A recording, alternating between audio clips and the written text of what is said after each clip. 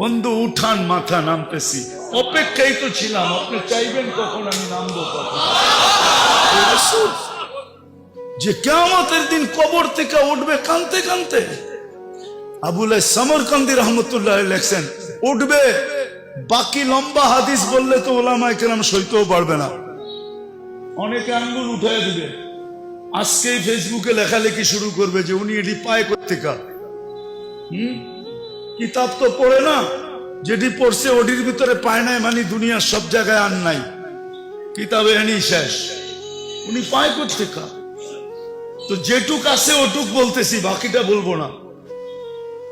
আবুল সমরকান্দি রহমতুল্লাহ লেখছেন কবর থেকে উঠবে, ওয়াহুয়া ইয়াবকি ওয়া ইয়াকুল, চোখে পানি আর মুখে চিৎকার থাকবে, জিবরিল আইনা উম্মতি, আমার উম্মত কই। ময়দান তো পুরাই খালি দেখি, আমার উম্মত।